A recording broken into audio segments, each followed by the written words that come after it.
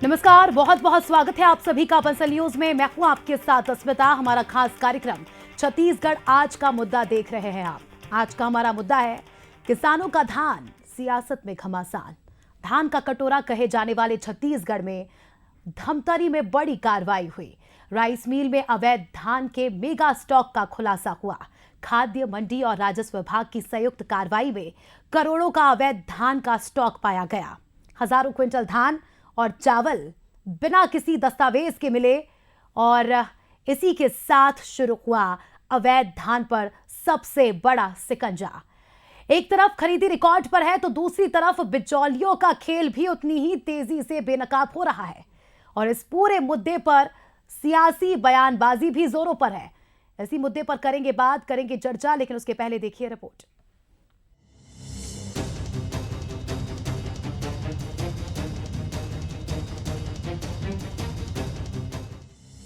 छत्तीसगढ़ धान का कटोरा है तो धमतरी राइस मिल का गढ़, और इसी गढ़ से अवैध धान से जुड़ी एक तस्वीर सामने आई जिसने हड़कंप मचा दिया। दरअसल धमतरी में खाद्य मंडी और राजस्व विभाग की संयुक्त टीम ने छापेमारी की और लगभग 5 करोड़ का अवैध स्टॉक बरामद किया। पहला छापा सोरम की फूल मिनी राइस मिल पर पड़ा, जहां से 6000 क्विंटल अवैध धान और 1910 क्विंटल चावल मिला। इसके बाद टीम ने शहर की अशोक राइस मिल पर दबिश दी, जहां से 16,856 क्विंटल धान और 8,150 क्विंटल चावल बरामद किया गया।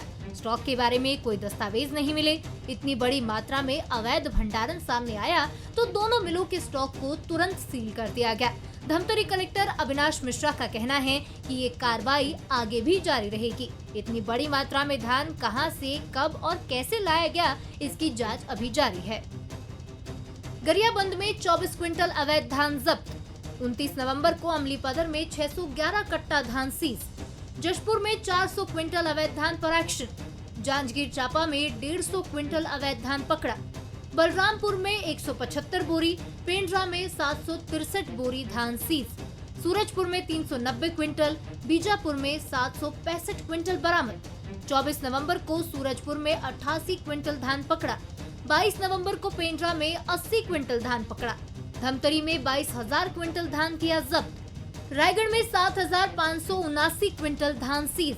बिलासपुर में 8 जगह पर 600 बोरी धान बरामद। मोहला मानपुर में 336 क्विंटल से ज्यादा धान सीज। छत्तीसगढ़ में इस साल धान की बम्पर खरीदी हो रही है। मंडियां किसानों से भर गई हैं और इस बार रिकॉर्ड आमद है। सरकार का दावा है कि खरीदी तेज है, व्यवस्थित है और बिना परेशानी के हो रही है। प्रति एकड़ 21 क्विंटल धान खरीदा जा रहा है और किसानों को 3100 रुपए प्रति क्विंटल का समर्थन मूल्य भी मिल रहा है। अच्छे दाम मिलने से किसानों में उत्साह है, लेकिन इसी बीच दूसरे राज्यों से धान लाने की कोशिशें भी बढ़ गई हैं। बिचौलिए एक्टिव हैं। हालांकि बॉर्डर पर नाकेबंदी, गाड़ियों की चेकिंग और लगातार हो रही जब्ती की कार्रवाई ने प्रशासन की मुस्तैदी साफ कर दी है। लेकिन ये मुद्दा सियासत से अछूता नहीं रहा। विधायक सुनील सोनी ने बिचौलियों को चेतावनी देते हुए कहा कि जो अवैध काम करेगा वो जेल जाएगा। तो कांग्रेस आरोप लगा रही है कि बीजेपी सरकार में बड़े लोगों की मिलीभगत से अवैध धान का खेल चल रहा है और किसानों को समय पर टोकन तक नहीं मिल पा रहे। किसानों का एक एक दाना धान ये सरकार खरीदेगी, उसके लिए वचनबद्ध है।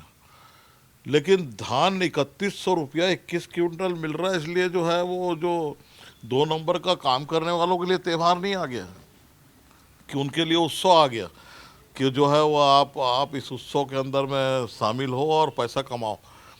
जो भी अवैध काम करेगा वो केवल कार्रवाई नहीं होगी, जेल के अंदर भी जाएगा। भारतीय जनता पार्टी की सरकार में बड़े लोगों के साथ मिली भगत से काम चल रहा है। किसानों का धान तो खरीद नहीं पा रहे हैं, टोकन दे नहीं पा रहे। पहले जब बुआई जोताई की बात थी तब खातू डीएपी नहीं दे पा रहे थे। जानबूझकर किसानों को ज़्यादा बड़ा वादा कर दिया था, पैसा देना है। कई प्रकार की चीज़ें हैं जो अब किसान भी इस बात को जान चुके हैं कि कांग्रेस पार्टी की सरकार ने जो न्याय योजना के माध्यम से किसान के कर्जे को भी माफ़ किया और न्याय योजना के माध्यम से एक्स्ट्रा पैसा किसान को दिया। 15 नवंबर से शुरू हुई बम्पर धान खरीदी और सख्त निगरानी के बीच किसान तो खुश है, लेकिन सियासत में हलचल जारी है। धान का ये सीजन मंडियों में रौनक और राजनीति में तपिश बढ़ा रहा है। वहीं अवैध धान के भंडारण और परिवहन पर एक्शन लगातार जारी है। देखना होगा कि अवैध धान के कारोबार का ये सिलसिला कब थमता है। शिखर देवांगन, बंसल न्यूज, रायपुर। तो रिपोर्ट आपने देखी और इस पूरे मामले पर कलेक्टर का क्या कुछ कहना है, कलेक्टर अविनाश ने क्या कुछ कहा वो भी सुनिए। जहाँ पे भी स्पेशली धान का अवैध भंडारण पाया जा रहा है या संग्रहण पाया जा रहा है तो वहाँ पे कार्रवाई किया जा रहा है। कल जो प्रकरण बना 2 राइस मिलर्स का सूचना मिला रायपुर धमतरी में, जहाँ पे अवैध स्टोरेज था और उनके पास कोई दस्तावेज नहीं था कि पैडी कहाँ से आया है, तो उसके ऊपर कार्रवाई कल किया गया। लगभग 22,000 क्विंटल का धान जब्ती हुआ है। चलिए अब मुद्दे की करते हैं शुरुआत, लेकिन उसके पहले बंसल न्यूज के कुछ सुलगते सवाल। हमारा सवाल है, आखिर दूसरे राज्यों से आ रही अवैध धान पर रोक क्यों नहीं लगा पा रही सरकार? हमारा सवाल है, किसानों को टोकन न मिलने की शिकायतों के बीच सरकार इन व्यवस्थाओं को कैसे संभालेगी? और क्या हमेशा की तरह एक बार फिर से धान पर सियासत गरमाने वाली है प्रदेश में? ये कुछ सवाल है जिसके इर्द गिर्द आज की चर्चा होगी। कुछ खास, कुछ तर्कशील मेहमान हमारे साथ जुड़ चुके हैं। सबसे पहले उनका परिचय, फिर डिबेट की शुरुआत। सुनील चौधरी जी वरिष्ठ नेता है बीजेपी के, हमारे साथ जुड़ चुके हैं। डॉक्टर अजय साहू वरिष्ठ प्रवक्ता कांग्रेस के, हमारे साथ जुड़ चुके हैं। अनिल जी वरिष्ठ पत्रकार है। सभी मेहमानों का बहुत बहुत स्वागत है। अनिल जी, सबसे पहले आपके पास आऊंगी। छत्तीसगढ़ में धान खरीदी सर किसी त्योहार से कम नहीं होता। जब भी ये त्योहार आता है मंडियों में रौनक तो देखने को मिलती है, लेकिन राजनीति गर्मा जाती है। ये जो एक्शन लिया जा रहा है, हजारों क्विंटल धान पकड़ी गई सर, इसे आप कैसे देखते हैं? ये सरकार की कामयाबी है या सिस्टम का फेलियर? नहीं, देखिए अस्मिता, सवाल आपके बहुत जायज़ है और मैं तो बधाई दूंगा बंसल न्यूज़ को कि इन्होंने एक बड़े मामले का ये खुलासा कर दिया। ये पहली बार नहीं है। हालांकि 22,000 क्विंटल धान एक साथ जो पकड़ा रहा है धमतरी में, ये पहली बार है, लेकिन इसने एक बात को साबित कर दिया। मैं आप ही के यहाँ, आप ही के चैनल पे एक डिबेट में मैं कह चुका हूँ कि छत्तीसगढ़ में जो धान उग रहा है, लेकिन उसके साथ साथ आसपास जो हमारे जो सराउंडिंग स्टेट्स है, जो बाजू बाजू नेबर स्टेट्स है, वो भी राइस प्रोड्यूसिंग स्टेट है। आंध्र प्रदेश हो, उड़ीसा हो, तेलंगाना हो, बिहार हो, झारखंड हो, सब जगह चावल उगता है। वहाँ इतना रेट नहीं है तो वो तो पूरा चावल आता ही है। फिर एक बात ये समझ नहीं आती कि आप जो ना कोई बड़ा बांध बना, ना आप फिर बोलते हो कि किसान को खाद की कमी है, किसान को खाद नहीं मिला टाइम पे, किसान को बीज नहीं मिला टाइम पे, और उसके बाद भी रिकॉर्ड मतलब पैदावार। अगर किसान को खाद भी समय पे मिल जाए, बीज भी अच्छे मिल जाए तो पता नहीं है तो दुनिया को हिला कर रख देंगे, इतनी पैदावार हो जाएगी। अरे भाई, आप 21 क्विंटल 1 एकड़ में ले रहे हो तो हर जगह 21 क्विंटल हर खेत में हो रहा है क्या? ये सब चीज़ें फिजिकल वेरिफिकेशन की जरूरत है और इसमें बहुत बड़ा गिरोह काम कर रहा था और ये सरकार की सफलता है, चाहे धोखे से इनके हाथ लगी हो, लेकिन ये बहुत बड़ी सफलता है कि 22,000 जो धान है, 22,000 क्विंटल धमतरी में पकड़ा रहा है। आप सोचिए, धमतरी रायपुर से लगा हुआ है, नेशनल हाईवे पे 70 किलोमीटर की दूरी है, 100 किलोमीटर की दूरी है, और वहां अगर ये हाल है तो आप सुदूर के जो जिले हैं, सुदूर के जो इलाके हैं, सुदूर के जो राइस मिले हैं, वहां क्या हाल होगा? कौन जा रहा है, कौन फिजिकल वेरिफिकेशन कर रहा है? आप धान खरीद रहे हो, आप हर बार अपनी उपलब्धि, अपनी पीठ खूब थपथपा रहे हो, अपनी पेट खूब थपथपाए जा रहे हो कि नहीं हमने रिकॉर्ड पैदावार हुई, हमने रिकॉर्ड धान खरीद दिया। हर साल रिकॉर्ड पैदावार हो रही है, हर साल रिकॉर्ड टूट रहे पैदावार के। ऐसा क्या हो गया? ऐसा क्या खेत में डाल दिया आपने? ऐसा कौन सी आपने सुविधा दे दी किसान को? फिर ना रकबा बढ़ रहा है, ना कुछ है, ना कुछ है। उसके बाद किसान की जो है वो फसल बढ़ते जा रही है। बिल्कुल, ये सब बाहर से आ रहा है चावल। इसमें बहुत बड़ा गिरोह है, बहुत बड़े पैमाने पर इसमें जो है भ्रष्टाचार है। इसका खुलासा भोले भाले किसानों को किस तरह से छला जा रहा है, उनका हक मारा जा रहा है इस तरह से जब अवैध तरीके से धान आती है प्रदेश में। सुनील जी, आपके नेता कह रहे थे भारतीय जनता पार्टी के कि इस बार जब धान खरीदी होगी तो बल्ले बल्ले होगी किसानों की। अब मैं ये पूछती हूँ कि कौन से किसानों की? क्या छत्तीसगढ़ महतारी के किसानों की, या ये जो बाहर से धान आ रहा है उनकी? किसकी बल्ले बल्ले हो रही है? आया कहां से ये धान? पकड़ा, शुभकामनाएं हैं आपको, लेकिन आया कैसे? जी राम राम, जय जोहर, जय छत्तीसगढ़। देखिए, हमारी सरकार बनने के बाद निश्चित रूप से किसानों के जीवन स्तर पर सुधार के लिए और खेती किसानी को बहुत बेहतर बनाने के लिए लगातार काम किए जा रहे हैं। और सबको पता है कि धान का समर्थन मूल्य 3100 रुपये है और प्रति एकड़ 21 क्विंटल है। हम ले रहे हैं और पैसा भी दे रहे हैं, एक बार में दे रहे हैं अंतर की राशि। उसके बावजूद लोगों को आसपास में जो हमारे सीमावर्ती राज्य हैं, निश्चित रूप से कुछ बिचौलिए हैं बिचौलिए हैं, कुछ दलाल किस्म के लोग हैं, वो चाहते हैं कि किसी भी कारण से आसपास के अवैध धानों को ला करके, जो हमारे प्रदेश में नहीं होते हैं, उनको ला करके छत्तीसगढ़ में खपाने की कोशिश होती है। लेकिन सरकार ने बहुत स्पष्टता से निर्देश दिए हैं कि ऐसे किसी भी परिवहन हो, भंडारण हो, ऐसे किसी प्रकार के अवैध धान का जो काम कर रहे होंगे उसके खिलाफ कड़ी से कड़ी कार्रवाई करना है। और इसके लिए जगह जगह आप देखेंगे कि बैरियर की स्थापना हुई है और जगह जगह उसको नियंत्रित करने के लिए कार्यवाहियां हो रही है। हमारे अधिकारी जो हैं वो जा रहे हैं, निरीक्षण कर रहे हैं, वहां पर जो पंजी रखी हुई है उसका परीक्षण कर रहे हैं, उसको देख रहे हैं और साथ ही साथ जांच लगातार होती जा रही है। तो ये तो सफलता है ना भारतीय जनता पार्टी की सरकार कहां से रहा है? मेरा सवाल छोटा सा, आप छोटा सा जवाब दीजिएगा। कहां से रहा है? कहीं से आ रहा होगा तभी तो पकड़ा रहा होगा, क्योंकि एक तरफ सरकार ये दावा करती है कि चाक चौबंद एकदम सुरक्षा व्यवस्था और चेकिंग पॉइंट्स पर पुलिस की टीम तैनात है, तो ऐसे में एंट्री कहां से हो रही है? क्या सिस्टम के अंदर ही कोई गड़बड़ी तो नहीं? नहीं, देखिए एंट्री कहां से हो रही है तो सबको पता है। सीमावर्ती राज्यों में अभी अनिल भैया बता रहे थे, सीमावर्ती राज्यों में धान ही उगता है, लगभग एक जैसा ही वहां का और हमारा सब कुछ है। तो अगर धान एक जैसा धान वहां भी उगता है तो वहीं पर के आसपास के जो लोग हैं, बहुत सीमावर्ती क्षेत्र के लोग हैं, वो धान लेकर के आने की कोशिश करते हैं और कुछ बिचौलिए हैं वो उनको लाने की, कुछ दलाल किस्म के लोग हैं खपाने की कोशिश करते हैं। लेकिन सरकार की आप देखिए, सरकार तो काम कर रही, लगातार पकड़ रही है। यदि आप ला करके राइस मिल में भी भंडारण करते हो या आप कहीं गाड़ियों से परिवहन करते पकड़ाया जाए तो लगातार जो है वो हमारी सरकार मजबूती से कार्रवाई कर रही है। और छत्तीसगढ़ के अन्नदाताओं का, छत्तीसगढ़ के अन्नदाताओं के जो उनकी मेहनत की, पसीने की कमाई है, उसको कोई दूसरा लूट नहीं सकता, कोई दूसरा ले करके नहीं जा सकता। हमारी सरकार लगातार मजबूती से काम कर रही है और हम जो है इस बार भी धान खरीदी करेंगे। अजय जी, विपक्ष का ये आरोप है कि बड़े लोगों की मिलीभगत से ये खेल खेला जा रहा है। आप आरोप लगा रहे हैं, आपके पास हक है। बड़े लोग कौन है ये? आज आप बताइए बंसल न्यूज पर, क्योंकि हम भी चाहते हैं इन बड़े लोगों के चेहरे पर से नकाब हटे और इस तरह के मामले कम आए। कौन है ये बड़े लोग? देखिए अस्मिता जी, सबसे बड़ी बात तो ये है कि 22,000 टन जो धान है वो कहाँ से आया और उसका भंडारण कैसे हो गया। ये जो राज्य है छत्तीसगढ़, ये कहीं ना कहीं 7 राज्यों से घिरा हुआ है और जैसा अनिल जी ने बताया, वो 7 राज्य जो है वो कहीं ना कहीं धान का उत्पादन करने वाले राज्य हैं। अगर वहां से धान आ रहा है तो उसे रोका क्यों नहीं जा रहा है? और की जो सीमाएं हैं वो कहीं ना कहीं राज्य की सरकार के पास है। राज्य की सरकार ने उसका वहां पर लॉकडाउन करने का काम क्यों नहीं किया, सील करने का काम क्यों नहीं किया? क्योंकि जो अधिकारी हैं उनको भी ये चीज पता है और जो सरकार में बैठे लोग हैं उनको भी ये चीज पता है कि हर साल ये समस्या आती है। हमारी भी सरकार इस प्रदेश के अंदर 5 साल तक रही, हमने तो कलेक्टरों को जिम्मेदारी दे दी थी, अगर एक बोरा भी धान पकड़ाया, अवैध धान पकड़ाया, दूसरे राज्य का धान पकड़ाया तो हम उसकी जिम्मेदारी जो है वो संबंधित जिले की कलेक्टर की होगी। आज आपने अभी अपने रिपोर्ट में दिखाया कि इतने सारे जिलों में ये धान पकड़ाया गया।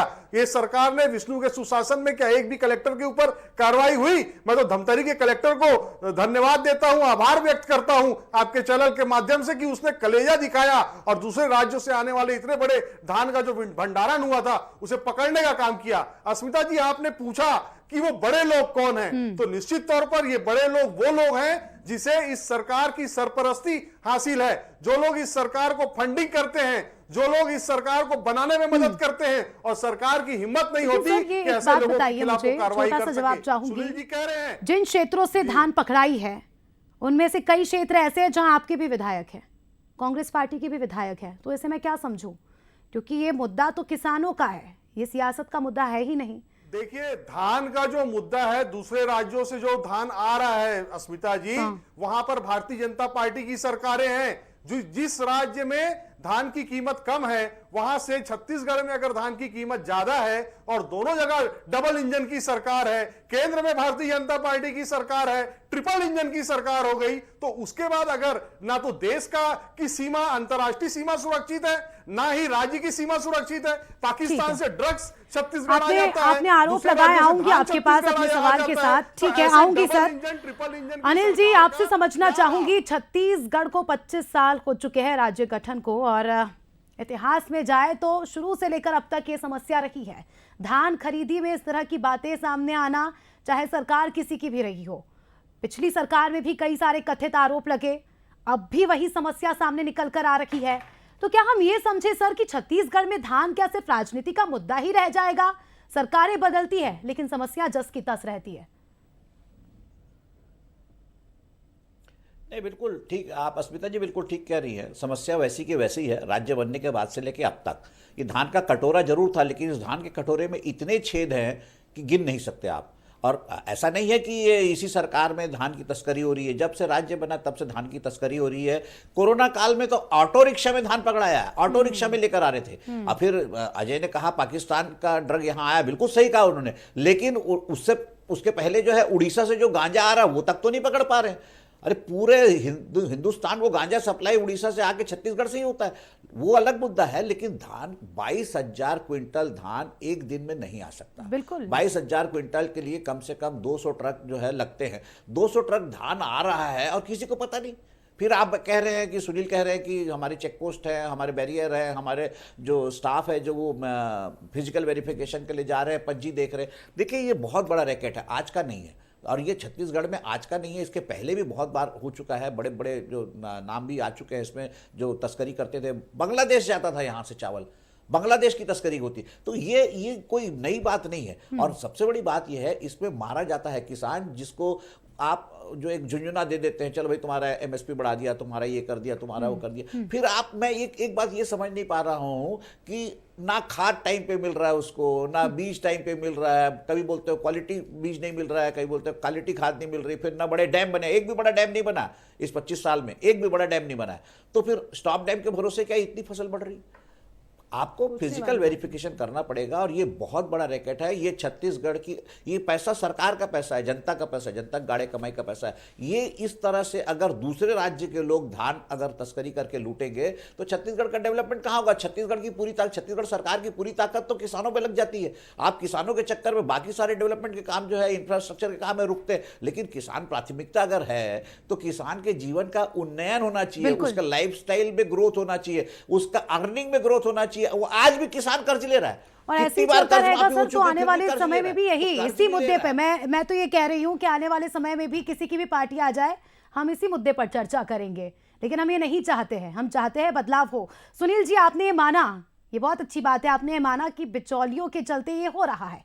तो ऐसे में अब सरकार के सामने समस्या तो है, कैसे आप बिचौलियों की जड़ें कमजोर करेंगे? और साथ ही जिस तरह से विपक्ष के साथी अजय जी ने कहा कि एक्शन क्यों नहीं लिया गया, क्योंकि कहीं ना कहीं लापरवाही तो हम जिम्मेदारों की ही मानेंगे ना, जिम्मेदारों पर ही अब पूरा चीजें आएंगी, क्योंकि उनका काम था ये सुनिश्चित करना कि अवैध तरीके से धान ना आए। तो क्या उन पर भी एक्शन लिया जाएगा? क्योंकि एक बड़ा एक्शन, हम कह सकते हैं एक बार बड़ा एक्शन लेना है सर, पूरे प्रदेश में मैसेज चला जाएगा, सब अपनी जिम्मेदारी बखूबी निभाएंगे। फिर देखिए एक्शन हो रहा है तभी तो इतने अवैध धान पकड़ा रहे हैं लगातार। देखिए आप हमारे सीमावर्ती जिलों में धान की से भरी हुई गाड़ियां पकड़ी जा रही, तो एक्शन है ना। हमारे लोग सक्रिय हैं, अधिकारी सक्रिय हैं, पुलिस प्रशासन सक्रिय है, और कहीं भंडारण हुआ उसको भी पकड़ रहे हैं। तो सक्रियता है, एक्शन भी हो रहा है और सरकार की इच्छा शक्ति भी है। भाई यदि कोई किसी प्रकार की कोई अवैध काम कर रहा है तो उसको सरकार पकड़ने का ही तो काम करेगी, सजा दिलाने का काम करेगी। और कांग्रेस का तो हमेशा से रहा है कि आरोप लगाओ। धान खरीदी के पहले आरोप लगा रहे थे कि ऐप काम नहीं कर रहा है, इतने लाख लोगों के पंजीयन नहीं हो पा रहे हैं। उसके बाद फिर बोलते धान खरीदने की इच्छा नहीं है सरकार की। दुनिया भर के आरोप प्रत्यारोप, हड़ताल हो गया कैसे होगा, सरकार कुछ नहीं कर पाएगी इस बार किसानों को। लेकिन सारी जितनी इनकी दुविधा थी उसको हम सुविधा में बदल करके और धान खरीदी प्रारंभ कर दिए। और हो सकता है देखिए इतना बड़ा हमारे यहाँ पर धान खरीदी का कार्यक्रम है जो साल में होता है, और सबसे बड़ा ये अवसर रहता है, पूरे प्रदेश के किसानों का, अन्नदाताओं का विषय रहता है। उसमें थोड़ी बहुत त्रुटि होती है। सकारात्मक सुझाव के साथ विरोध करे कांग्रेस, लेकिन केवल नकारात्मक ठीक बात अजय जी सुझाव दीजिए, क्योंकि समय की बात ये समस्या तो आपके समय पर भी थी। टू व्हीलर में होता ठीक है आऊंगी अजय जी, हम भी यही चाहेंगे कि क्योंकि आप भी विपक्ष है, छत्तीसगढ़ की जनता ने, आऊंगी सर आपके पास आऊंगी। अजय जी, छत्तीसगढ़ की जनता ने आपको भी चुना है और इसीलिए चुना है विपक्ष को, क्योंकि आप उनके मुद्दों को, आप उनके बातों को, उनके विषयों को रख सके। तो ये समस्या तो है हमारे सामने, और बिल्कुल ठीक कहा, एक्शन लिया तभी हमें पता चला कि इतना धान पकड़ा है। आपके पास सोल्यूशन क्या है, क्या समाधान आप देना चाहेंगे आज बंसल न्यूज के मंच पर? अस्मिता जी, मेरा ये कहना है, भारतीय जनता पार्टी के मित्र ने कहा कि उनकी सरकार एक्शन ले रही है, लेकिन माननीय मुख्यमंत्री जी ने एक बार भी नहीं कहा। एक बयान अगर मुख्यमंत्री जी का आ जाता कि सारे जिलों के कलेक्टरों की जिम्मेदारी होगी, जिसके जिले में अवैध धान पकड़ाया जाएगा, तो एक प्रेशर बनता कलेक्टरों के अंदर और कहीं ना कहीं बिचौलियों का भी जो मनोबल है वो कम होता। लेकिन इससे समस्या का समाधान नहीं होता। समस्या का समाधान कैसे होगा ये सत्ताधारी दल के प्रवक्ता को नहीं पता है, उस पर उन्होंने एक शब्द नहीं कहा। मेरा यह कहना है अगर छत्तीसगढ़ 7 राज्यों से जुड़ा हुआ है और मैं समझता हूं 7 में से 6 या 5 राज्य में भारतीय जनता पार्टी की सरकार है, केंद्र में भारतीय जनता पार्टी की सरकार है। आप अगर छत्तीसगढ़ में किसानों को 3100 रुपए दे रहे हो तो बाकी राज्यों में किसानों को अगर आप 3100 रुपए देने लगोगे तो वहां के किसान की क्या ऐसी गलती है कि वो अपना धान बिचौलियों को बेचे, बिचौलिया यहां ला करके दे? तो इससे किसान का जीवन स्तर तो, जैसा अनिल भैया ने कहा कि किसान के जीवन स्तर में तो बढ़ोतरी नहीं हो रही है, लेकिन बिचौलिया पैसा कमा रहा है। समस्या वैसी की वैसी बनी हुई है। आपका जो इंफ्रास्ट्रक्चर है, आपकी जो सरकारी कर्मचारी है, उनके ऊपर अलग लोड जो है वो बना हुआ है। दूसरे राज्यों से जो गांजा आ रहा है, अफीम आ रही है, चरस आ रहा है, उससे अपराध हो रहे हैं। तो इस समस्या का समाधान तो ऐसा ही होगा कि जो दूसरे राज्य हैं वहां पर भी एक जैसा रेट कर दिया जाए। कुछ कहना चाह रहे हैं? किसानों का अगर समाधान तो अच्छा दिया है विपक्ष ने, तो इसमें क्या दिक्कत है? आप अपने पूंजीपतियों का करोड़ों हजारों करोड़ रुपए का कर्जा माफ कर देते हो। किसानों की जब बात आती है तो आप आंख मूंद लेते हो। बिचौलिए की जब बात आती है सुनील जी, आपकी इस मुस्कुराहट को मैं क्या समझूं? ये समाधान आपको अच्छा लग रहा है या आपकी मुस्कुराहट तंज भरी है? 3100 रुपए में धान की खरीदी जारी कर दी। बता रहा हूं, मैं बिल्कुल समाधान बता रहा हूं। कांग्रेस के साथियों को समझना चाहिए पिछले 5 साल का रिकॉर्ड या अजीत जोगी जी के कार्यकाल का रिकॉर्ड जो है छत्तीसगढ़ में कैसा रहा धान के विषय को लेकर के। अवैध परिवहन की शिकायतें, वो जो पराली पहरा जो होता है उसके परिवहन की शिकायतें, उसको पहले खरीदोगे तब आपको बीज मिलेगा, तब आपको खाद मिलेगी। देखिए समस्याएं इन्होंने इतनी पैदा कर रखी थी कि किसान की हालत खराब थी छत्तीसगढ़ के अंदर में, और अब ये उसी धर्रे पे चलना चाहते हैं। भारतीय जनता पार्टी की सरकार आने के बाद हम काम कर रहे हैं और ये बार बार कर रहे हैं। यहां से अवैध वो परिवहन हो रहा है, वहां से। इनके समय में कितना अवैध होता था उसको तो भूल गए कि बाइक का नंबर लिख दिए कि बाइक में धान का परिवहन हो गया, ऑटो में धान का परिवहन हो गया। कैसे होता? आज जाकर ठीक है, ठीक है सुनील जी, अजय जी, आप दोनों की भावनाओं को मैं समझ रही हूं और शांति से हम चर्चा करेंगे क्योंकि समाधान पर ही बात करेंगे। हम ये नहीं चाहते, मैं ये नहीं चाहती कि आज के 5 साल बाद ही मैं बैठकर इसी मुद्दे पर चर्चा करूं। ठीक है, आऊंगी सर आपके पास। अनिल जी, ये बड़ी बात नहीं है। मुझे याद है जब कांग्रेस, ठीक है सर आऊंगी, जब कांग्रेस की सरकार थी तब भी मैं इसी मुद्दे पर चर्चा कर रही थी। तब हालांकि मुद्दे अलग थे लेकिन समस्या धान ही थी। पहले भी बारदानों की कमी होती थी, किसानों को टोकन नहीं मिलते थे, अब भी समस्या वही है सर। लेकिन सवाल यही कि क्या समाधान हो सकता है, क्योंकि छोटे छोटे स्तर पर ही इस बड़ी समस्या का समाधान हो सकता है सर। नहीं, देखिए अस्मिता जी, इसमें कोई शक नहीं है कि राज्य बने 25 साल हो गया है, लेकिन ये समस्या जस की तस है।